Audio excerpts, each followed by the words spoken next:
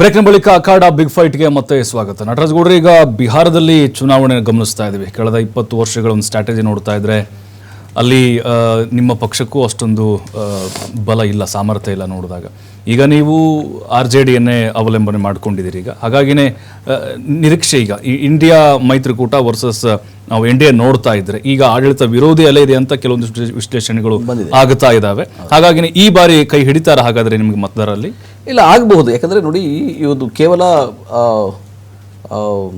ಇದು NDA failure ಅಲ್ಲ. Okay, ಕೇವಲ ಅವ್ರದ್ದು ಫೇಲ್ಯೂರ್ ಅಲ್ಲ.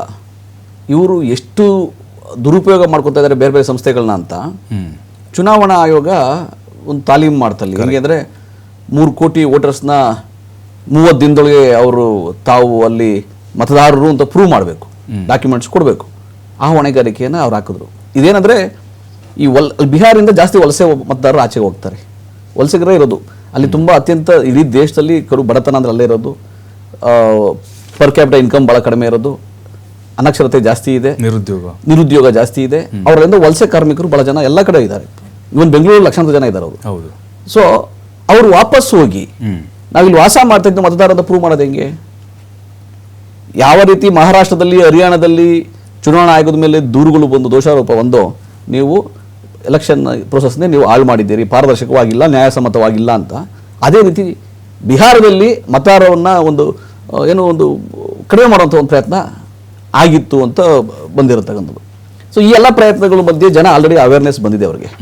ಈ ಬಾರಿ ನಿತೀಶ್ ಕುಮಾರ್ ಯಾವತ್ತೂ ಕೂಡ ಒಂದು ಕಡೆ ನಿಲ್ಲಲ್ಲ. ಆಮೇಲೆ ಮೋದಿ ಅವರು ಹೇಳಿರಲ್ಲ, ಆ ಸಮಯದಲ್ಲೇ ಹೇಳಿದ್ರು, ಏನು 10 ವರ್ಷಗಳ ಮುಂಚೆನೆ 1.25 ಲಕ್ಷ ಕೋಟಿ ರೂಪಾಯಿ ನಿಮಗೆ ವಿಶೇಷ ಪ್ಯಾಕೇಜ್ ಕೊಡ್ತೀನಿ ಅಂತ. ಆ ಥರ ಯಾವುದೂ ಮಾಡಲಿಲ್ಲ. ಆ ಥರ ಯಾವುದೋ ಒಂದು ಅಭಿವೃದ್ಧಿಗೆ ವಿಶೇಷವಾದಂಥ ಪ್ಯಾಕೇಜ್ ಹಣವನ್ನು ಕೊಟ್ಟು ಅವ್ರು ಸುಮ್ಮನೆ ಬಿಡ್ತಾರಲ್ಲ, ಸುಳ್ಳು ಹೇಳ್ತಾರಲ್ಲ ಬಗಲೇ. ಈ ಕೋವಿಡ್ ಟೈಮಲ್ಲಿ 20 ಲಕ್ಷ ಕೋಟಿ ರೂಪಾಯಿ ಪ್ಯಾಕೇಜ್ ಕೊಟ್ಟಿದ್ದೀವಿ ಈ ಥರ ಹೇಳ್ತಿರಲ್ಲ. ಆ ಥರ ಯಾವಾಗಲೂ ಏನೋ ಹೇಳ್ಕೊತಿರ್ತಾರೆ ಚುನಾವಣೆಗೆ ಹೋದ ಕಡೆ ಎಲ್ಲ. ಆ ಥರ ಸುಳ್ಳನ್ನು ಹೇಳಿ ಜನಗಳಲ್ಲಿ ಯಾಮಾರಿಸಿದ್ರು. ಇನ್ನು ಜನ ಅಲ್ಲಿ ಈ ಬಾರಿ ನನ್ನ ಪ್ರಕಾರ ಯಾಮಾರಲ್ಲ.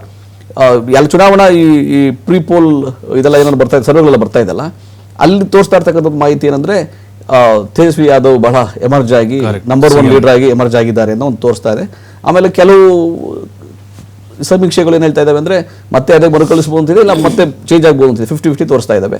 ಸೊ ಈ ನಿಟ್ಟಿನಲ್ಲಿ ಪಿಕಪ್ ಆಗುತ್ತೆ ಚುನಾವಣಾ. ಏನು ನವೆಂಬರ್ ಡಿಸೆಂಬರಲ್ಲಿ ಯಾವಾಗ ಆಗುತ್ತೆ ಚುನಾವಣೆ, ಆ ಸಮಯದೊಳಗೆ ಅಲ್ಲಿ ಬದಲಾವಣೆ ಅಂತೂ ಖಂಡಿತ ಆಗುತ್ತೆ. ಬದಲಾವಣೆ ಯಾಕೆ ಆಗಬೇಕು? ಅಲ್ಲಿ ಕಳೆದ 10-11 ವರ್ಷಗಳಲ್ಲಿ ಕೇಂದ್ರ ಸರ್ಕಾರಕ್ಕೆ ಒಂದು ಒಳ್ಳೆಯ ಅದ್ಭುತವಾದ ಒಂದು ಅವಕಾಶ ಇತ್ತು. ತಾವು ತೆರಿಗೆ ನಾವಿಲ್ಲಿ ಕಟ್ತೀವಿ, ಎಲ್ಲ ಜಾಸ್ತಿ ಹಣ ಅಲ್ಲಿಗೆ ಹೋಗ್ತಾ ಇದೆ. 15ನೇ ಹಣಕಾಸಿನ ಆಯೋಗದ ಪ್ರಕಾರ ಜಾಸ್ತಿ ಡೆವಲ್ಯೂಷನ್ ಆ ಕಡೆನೇ ಹೋಗ್ತಾ ಇದೆ. ಇನ್ನು 16ನೇ ಹಣಕಾಸಿನ ಆಯೋಗದಲ್ಲಿ ಇನ್ನೂ ಕೇಳ್ಕೊಳ್ಳೋಂಗಿಲ್ಲ ರಾಜ್ಯಗಳು, ನಮ್ಮ ದಕ್ಷಿಣ ಭಾರತದ ಪಾಲು. ಆದರೆ ವಿಶೇಷ ಅನುದಾನಗಳನ್ನು ಕೂಡ ಯಾವುದು ಕೊಟ್ಟಿಲ್ಲ. ಸೊ ಒಂಥರ ಫೇಲ್ಯೂರ್ ಇದೆ, ಕೇಂದ್ರ ಸರ್ಕಾರದ ಫೇಲ್ಯೂರ್ ಇದೆ ಅಲ್ಲಿ. ಯಾಕಂದರೆ ಒಂದು ಒಳ್ಳೆಯ ಯೋಜನೆಗಳು ಕೂಡ ನಾವು ಮಾಡಿದ್ವಿ. ನಾನು ಹೇಳಿದ್ನಲ್ಲ, ಈಗ ನಿಮಗೆ ನರೇಗಾ ಅನ್ನೋದೊಂದು ಇತ್ತಲ್ಲ, ಆ ನರೇಗಾ ಹಣವನ್ನು ಇನ್ಕ್ರೀಸ್ ಮಾಡಿ ಅಲ್ಲಿ ಕೃಷಿ ಆಧಾರಿತ ಜಾಸ್ತಿ ಚಟುವಟಿಕೆಗಳು ಜಾಸ್ತಿ ಇರೋದು ಬಿಹಾರಲ್ಲಿ. ಅದನ್ನು ಇನ್ಕ್ರೀಸ್ ಮಾಡಿ ಅವ್ರಿಗೆ ಅನುಕೂಲ ಮಾಡಿಕೊಡೋಕೆ ಯಾವುದೇ ರೀತಿ ಯೋಜನೆಗಳು ಮಾಡಿಲ್ಲ, ಇನ್ನು ಕಡಿಮೆನೇ ಮಾಡಿದ್ದಾರೆ. ಒಂದು ಇಂಡಸ್ಟ್ರಿ ರೆವಲ್ಯೂಷನ್ ಮಾಡೋಕ್ಕೆ ಅವಕಾಶ ಇತ್ತು. ಯಾಕಂದರೆ ಈ ಕಳೆದ 10 ವರ್ಷ ಇದೆಯಲ್ಲ, ಇದೊಂಥರ ಮೇಕ್ ಇನ್ ಇಂಡಿಯಾ ಅಂತ ಘೋಷಣೆಗೆ ಹೋಗ್ತಾ ಇದ್ರಲ್ಲ ಅವರು, ಅದು ಅಲ್ಲಿಗೆ ಇಂಪ್ಲಿಮೆಂಟ್ ಮಾಡಲಿಕ್ಕೆ ಅವಕಾಶ ಇತ್ತು. ಇನ್ನು ಚೈನಾ ಮೇಲೆ ನಿರ್ಭರ ಆಗೋದು ಬದಲಾಗಿ, ಅದ್ರ ಮೇಲೆ ಅವಲಂಬಿತ ಆಗೋದ್ರ ಬದಲಾಗಿ ಆ ಥರದ ಯಾವ ಯೋಜನೆಗಳು ಎಲ್ಲೂ ಕಾಣಲಿಲ್ಲ. ಇಡೀ ದೇಶದಲ್ಲಿ ಕರ್ನಾಟಕವನ್ನೇ ಬೆಸ್ಟ್ ಪ್ಲೇಸ್ ಅಂತ ಜನ ಆಯ್ಕೆ ಮಾಡ್ಕೊತಾ ಇದ್ದಾರೆ. ಗುಜರಾತ್, ಮಹಾರಾಷ್ಟ್ರ ಇದಾವೆ, ತಮಿಳುನಾಡು ಕೂಡ ಇದೆ. ಆದರೆ ಕರ್ನಾಟಕವನ್ನೇ ಬೆಸ್ಟ್ ಪ್ಲೇಸ್ ಅಂತ ಬರ್ತಾ ಇದೆ. ಇಂಡಸ್ಟ್ರಿಯಲ್ ರೆವಲ್ಯೂಷನ್ಗೆ ಜಾಬ್ ಕ್ರಿಯೇಷನ್ ಇಲ್ಲೇ ಆಗ್ತಾ ಇದೆ, ಇನ್ವೆಸ್ಟ್ಮೆಂಟ್ ಇಲ್ಲೇ ಬರ್ತಾ ಇದೆ.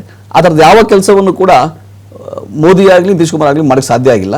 ಸೊ ಹಾಗಾಗಿ ಈ ದಶಕದ ಹೊಸ ಮತದಾರರು ಏನಿದ್ದಾರೆ ಅವರೆಲ್ಲ ಒಂದು ಬದಲಾವಣೆಯನ್ನು ಬಯಸಿ ತೇಜಸ್ವಿ ಯಾದವ್ನ ಆಯ್ಕೆ ಮಾಡ್ತಾರೆ. ಕಾಂಗ್ರೆಸ್ ಅದಕ್ಕೆ ಬೆಂಬಲ ಖಂಡಿತ ಇದ್ದೇ ಇದೆ. ಎಸ್ ಮೇಡಮ್, ಈಗ ನಿಮ್ಮ ಮೈತ್ರಿಕೂಟ ಏನಿದೆ, ಈ ಬಾರಿ ನೀವೇನನ್ನ ನೆಚ್ಕೊಂಡಿದ್ದೀರಿ? ಅಭಿವೃದ್ಧಿನ ಅಥವಾ ಜಾತಿನ? ಯಾಕಂದರೆ ನಿತೀಶ್ ಕುಮಾರ್ ಅವ್ರ ಹಿಂದೆ OBC ದೊಡ್ಡ ಪ್ರಮಾಣದಲ್ಲಿದೆ, ಬಟ್ ಅದು ಈಗ ಕುಸಿತ ಕಂಡಿದೆ ಅನ್ನುವಂಥ ಸರ್ವೆಗಳು ಬರ್ತಾ ಇದೆ. ಹಾಗಾಗಿ ನೀವೇ ನೆಚ್ಕೊಂಡಿದ್ದೀರಿ ಅಂತ? ಈಗ ಬಿಹಾರ ಚುನಾವಣೆ ವಿಶ್ಲೇಷಣೆ ಮಾಡೋಕ್ಕಿಂತ ಮುಂಚೆ ನಟರಾಜ್ ಗೌಡ್ರಿಗೆ ಒಂದು ಅವಕಾಶ ಕೊಟ್ಟರೆ ನನ್ನ ರಿಬಾಟ್ ಮಾಡೋದಕ್ಕೆ, ಅದನ್ನು ಉತ್ತರ ಕೊಡೋದಕ್ಕೆ ಇಷ್ಟಪಡ್ತೀನಿ. ನಾನು ಕರ್ನಾಟಕದ ಬಗ್ಗೆ ಮಾತಾಡಿದವರು, ಇಲ್ಲಿ ಕರ್ನಾಟಕ ಮಾಡೆಲ್ ಅಂತ ನೀವೇನು ಕರೀತಾ ಇದ್ದೀರೋ, ನೀವು ಉಚಿತ ಒಂದು ಗ್ಯಾರಂಟಿ ಕೊಡ್ತಾ ಇದ್ದೀರಾ ಅಂತ ಹೇಳ್ತೀರಾ, ಬೆಲೆ ಏರಿಕೆ ಮರ್ತುಬಿಟ್ಟಿದ್ದೀರಾ ನೀವು? ನಿಮ್ಮ ಸರ್ಕಾರ ಮಾಡಿರುವಂತಹ ಈ 6 ತಿಂಗಳಲ್ಲಿ ಬೆಲೆ ಏರಿಕೆ ಯಾವ್ಯಾವ ವಸ್ತುಗಳಲ್ಲಿ, ಎಲ್ಲ ಒಂದು ಎಸೆನ್ಷಿಯಲ್ ಕಮಾಡಿಟೀಸ್, ಹಾಲು ಇರ್ಬೋದು, ಬಸ್ ದರ ಇರ್ಬೋದು, ಅಥವಾ ಇದು ಎಲೆಕ್ಟ್ರಿಸಿಟಿನೂ ಕೂಡ 200 ಯೂನಿಟ್ ಫ್ರೀ ಕೊಡ್ತೀವಿ ಅಂತ ಹೇಳ್ತೀರಾ, ನಮ್ಮೆಲ್ಲರ ಎಲೆಕ್ಟ್ರಿಸಿಟಿ ಬಿಲ್ಲು 2 ಜಾಸ್ತಿ ಆಗಿದೆ ಲಾಸ್ಟ್ 6 ಮಂತ್ಸ್ನಲ್ಲಿ. ಸೊ ದಯವಿಟ್ಟು ಕರ್ನಾಟಕ ಮಾಡೆಲ್ ಅಂದಾಗ ಆ ಕ್ರಿಟಿಸಿಸಮ್ ಬರ್ತಿರೋದು ಬಿಜೆಪಿಯಿಂದ ಅಲ್ಲ, ಕ್ರಿಟಿಸಿಸಮ್ ಬರ್ತಿರೋದು ನಿಮ್ಮದೇ ಆದಂತಹ ಶಾಸಕರಿಗೆ. ದಯವಿಟ್ಟು ಒಂದು ಬಾರಿ ಅವ್ರ ಜೊತೆ ಕೂತ್ಕೊಂಡು ಮಾತಾಡಿ, ಏನಾಗ್ತಾ ಇದೆ ನಿಮಗೆ ಸಮಸ್ಯೆ ಅಂತ. ಇದು ನಾನು ಹೇಳಬೇಕಾಗಿದ್ದು ವಿಷಯ. ಎರಡನೇದು ಅವ್ರು ಮಹಾರಾಷ್ಟ್ರ ಬಗ್ಗೆ ಮಾತಾಡಿದ್ರು. ಮಹಾರಾಷ್ಟ್ರದಲ್ಲಿ ಮತ್ತೆ ಮಧ್ಯಪ್ರದೇಶದಲ್ಲಿ ಕ್ಲಾರಿಟಿ ನಿಮ್ ವ್ಯೂವರ್ಸ್ ಎಲ್ಲರಿಗೂ ಗೊತ್ತಿರಲಿ, ಕಾಂಗ್ರೆಸ್ ಇವತ್ತು ಏನ್ ಹೇಳ್ತಾ ಇದ್ದಾರೆ, ಗ್ಯಾರಂಟಿ ಗ್ಯಾರಂಟಿ ಗ್ಯಾರಂಟಿ ಅಂತ. ಅದು ದೇಶಾದ್ಯಂತ ಬಹಳ ವರ್ಷಗಳಿಂದ ವೆಲ್ಫೇರ್ ಮೆಷರ್ಸ್ ಬಂದಿರೋಂಥದ್ದೇ. ಎಲೆಕ್ಟ್ರಿಸಿಟಿ ಇರ್ಬೋದು, ನೀರ್ ಇರ್ಬೋದು, ಬೇರೆ ಬೇರೆ ವಿಷಯಗಳಲ್ಲಿ ಬಹಳಷ್ಟು ವೆಲ್ಫೇರ್ ಮೆಷರ್ಸ್ ತಗೊಂಡಿದ್ದಾರೆ. ಮನ್ರೇಗಾನ ಇವ್ರು ಏನ್ ಕನ್ಸೆಪ್ಷಲೈಸ್ ಮಾಡಿದ್ರು ಅದನ್ನ ತಗೊಂಡು ನಾವು ಇನ್ನೂ ಚೆನ್ನಾಗಿ ಇಂಪ್ಲಿಮೆಂಟ್ ಮಾಡಿರೋದು ಇದು ಮೋದಿ ಸರ್ಕಾರದಲ್ಲಿ. ಉಜ್ವಲ ಯೋಜನೆ ಇರ್ಬೋದು, ಆಯುಷ್ಮಾನ್ ಭಾರತ್ ಯೋಜನೆ ಇರ್ಬೋದು, ಬಹಳಷ್ಟು ಈ ತರ ಯೋಜನೆಗಳು ಜನರಿಗೆ ಸಹಾಯಕರವಾಗಿ ಟಾರ್ಗೆಟೆಡ್, ಅಂದ್ರೆ ಯಾರಿಗೆ ನಿಜವಾಗ್ಲೂ ಬೇಕಾಗಿದೆಯೋ ಅಂತವ್ರಿಗೆ ಸೇರೋಂತಹ ಒಂದು ಮಾಡೆಲ್ ತಂದಿರುವಂತದ್ದು ಪ್ರಧಾನಮಂತ್ರಿ ಮೋದಿ ಅವರ ಸರ್ಕಾರದ. ಗ್ಯಾರಂಟಿ ಅದನ್ನ ನೀವ್ ಯಾಕೆ ನಾನು ಅದನ್ನ ಹೇಳಿದ್ರೆ ನೀವು ಒಪ್ಪುತ್ತಾನೆ ಇಲ್ಲ. ಎಲ್ಲಾ ಕಡೆಯಿಂದ ಹೊಸ ಒಳ್ಳೆ ಥಾಟ್ಸ್ ಬರ್ಬೇಕು ಅಂತ ಇದು ನಾವು ನಮ್ಮ ಧರ್ಮದಲ್ಲಿ ನಾವು ಅದನ್ನ ಒಪ್ಪುತ್ತೀವಿ. ಆಯ್ತು, ಒಳ್ಳೇದಾಗಿ ಬಂದಿದೆ, ನಾವು ಮೋದಿ ಗ್ಯಾರಂಟಿ ಡಿಫ್ರೆನ್ಸ್ ತೋರಿಸೋದಕ್ಕೆ ನಾವು ಮೋದಿ ಗ್ಯಾರಂಟಿ ಅಂತ ಮಾಡಿದೀವಿ. ಯಾಕೆಂದ್ರೆ ರಾಜೀವ್ ಗಾಂಧಿ ಅವ್ರ ಕಾಲದಲ್ಲಿ ಇದ್ದಿದ್ದಂಗೆ ಒಂದು ರೂಪಾಯಿನ ಖರ್ಚು ಮಾಡಿದ್ರೆ ಬರ್ತಿದ್ದು 13 ಪೈಸೆ ಅಂತ ಹೇಳ್ತಿದ್ರಲ್ಲ, ಅದನ್ನ ಚೇಂಜ್ ಮಾಡಿದ್ದು ಡೈರೆಕ್ಟ್ ಬೆನಿಫಿಟ್ ಟ್ರಾನ್ಸ್ಫರ್, ಯಾವ ಇವರೇ ಸರ್ಕಾರದ ಗ್ಯಾರಂಟಿನಲ್ಲಿ ಹಣ ಕಳಿಸೋದಕ್ಕೆ ಉಪಯೋಗಿಸ್ತಾರೋ DBT, ಅದು ಬಂದಿದ್ದು ಪ್ರಧಾನ ಮಂತ್ರಿ ಮೋದಿ ಸರ್ಕಾರದಲ್ಲಿ ಲೀಕೇಜ್ ಪ್ಲಗ್ ಮಾಡೋದಕ್ಕೆ.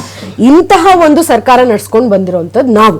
ಮತ್ತೆ ಕರ್ನಾಟಕದ ಬಗ್ಗೆ ಮಾತಾಡ್ತೀರಾ, ಕರ್ನಾಟಕದಲ್ಲಿ ಬೆಂಗಳೂರಿನಲ್ಲಿ ಮೊದಲನೇದಾಗಿ ಯಾವತ್ತೂ ಟ್ಯಾಕ್ಸ್ ಜನರೇಷನ್, ಟ್ಯಾಕ್ಸ್ ಬಾಯ್ನ್ಸಿ ತುಂಬಾ ಹೈ ಇದೆ. ಕರ್ನಾಟಕ ಸಿಗ್ನಿಫಿಕೆಂಟ್ ಕಾಂಟ್ರಿಬ್ಯೂಟ್ ಮಾಡೋದು ಕಾರ್ಪೊರೇಟ್ ಟ್ಯಾಕ್ಸ್, ಇನ್ಕಮ್ ಟ್ಯಾಕ್ಸಿನಲ್ಲಿ.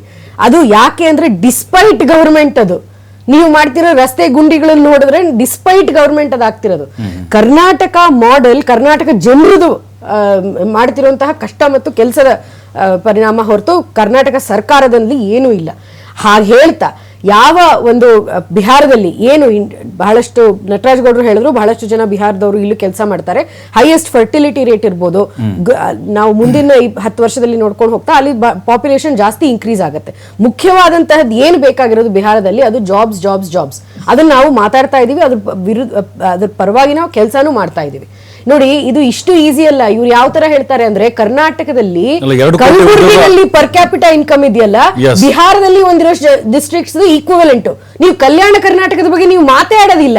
ಬೆಂಗಳೂರಿನಿಂದ ದುಡ್ಡು ತಗೊಳ್ಳೋದು, ನಿಮ್ ಜಾಬ್ಗೆ ಹಾಕೊಳ್ಳೋದು. ವಾಲ್ಮೀಕಿ ನಿಗಮ ಸ್ಕ್ಯಾಮ್ ಇರ್ಬೋದು, ಮೂಡ ಹಗರಣ ಇರ್ಬೋದು, ಸ್ಮಾರ್ಟ್ ಮೀಟರ್ ಹಗರಣ ಇರ್ಬೋದು. ನೀವು ಕಲ್ಯಾಣ ಕರ್ನಾಟಕ ಸರಿ ಮಾಡಿ ಫಸ್ಟ್.